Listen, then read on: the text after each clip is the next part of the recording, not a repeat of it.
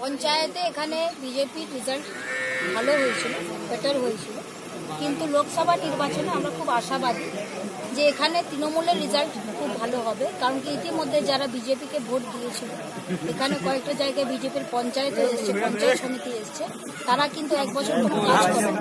তাই মানুষ এবার সিদ্ধান্ত নিয়েছে যে মানুষের বিপদে আপদে তারা সবসময় তৃণমূলকে পায়, তারা তৃণমূলকে ভোট দেবে।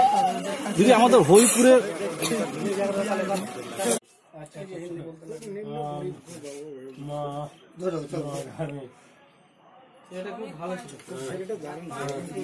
কিভাবে হলো অ্যাক্সিডেন্টটা?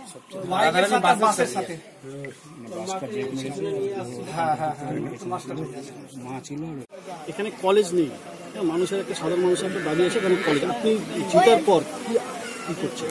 অবশ্যই এখানে একটা দীর্ঘদিনের মানুষের দাবি আছে এখানে একটা কলেজে। আগামী দিনে যদি মানুষ আবার আমাকে সুযোগ দেয়, আমি অবশ্যই চেষ্টা করবো যে মাটিতে যাতে আমরা একটা কলেজ করি। ঠিক আছে দিদি, প্রচার কেমন চলছে? প্রচার ভালো চলছে। আজকে আমি হরিপুর ব্লকে আছি, 4টে অঞ্চলে আজকে আমাদের প্রচারের প্রোগ্রাম আছে। আমাদের তো ঘর বাড়ি কিছু নাই, আমাদের ঘর চণ্ডী এইগুলো অঞ্চলগুলোর প্রচার আছে এবং যতটা সম্ভব আমরা গ্রামে গ্রামে পৌঁছানোর চেষ্টা করছি। মানুষের দোয়া আশীর্বাদ কামনা করছি।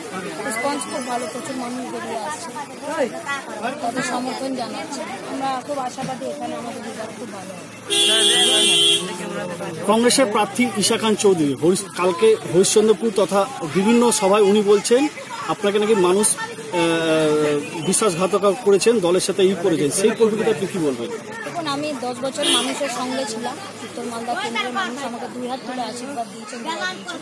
তাদের বিপদে আপদে আমি তাদের পাশে সবসময় থাকার চেষ্টা করেছি। যখনই তাদের সমস্যা হয়েছে তারা আমার কাছে এসছে, আমি তাদের পাশে থাকার চেষ্টা করেছি। এলাকাতেও যতটা সম্ভব যাওয়ার চেষ্টা করেছি। আমি আবার ভোটে দাঁড়িয়েছি অবশ্যই এবার তৃণমূলের প্রার্থী হিসেবে, কারণ কি আমার মনে হয়েছে যে এলাকার মানুষের প্রচুর সমস্যা আছে। কংগ্রেসের সাংসদ হিসেবে আমি সেইভাবে তাদেরকে খুব একটা বেশি সহযোগিতা করতে পারছিলাম না। তৃণমূলের সাংসদ হিসেবে অনেক বেশি কাজ করতে পারবো, কারণ কি আমাদের নেত্রী মমতা বন্দ্যোপাধ্যায় কাজের বিভিন্ন রকমের প্রকল্প উনি শুরু করেছেন। মানুষের দুঃখ কষ্ট বেদনা উনি খুব ভালো করে বুঝতে পারছেন। তাই আমার মনে হয়েছে যে ওনার আশীর্বাদ নিয়ে, ওনার সৈনিক হিসেবে যদি আমি মানুষের পাশে যেতে পারি, তাহলে আরও অনেক বেশি কাজ করতে পারবো। এবং একটা সাম্প্রদায়িক শক্তি যেটা উত্তর মালদা পুরো পশ্চিমবঙ্গ টার্গেট করেছে, তাদেরকে আটকাতে পারে। আমি এই সিদ্ধান্ত নিয়েছি, বাকিটা মানুষের উপরে ছেড়ে দিয়েছি, তারা ডিসিশন নেবে। তবে আমি খুব আশাবাদী যে এবার আমার রেজাল্ট আগের থেকে দিদি হরিপুর একটা লাল দুর্গ তথা বিজেপি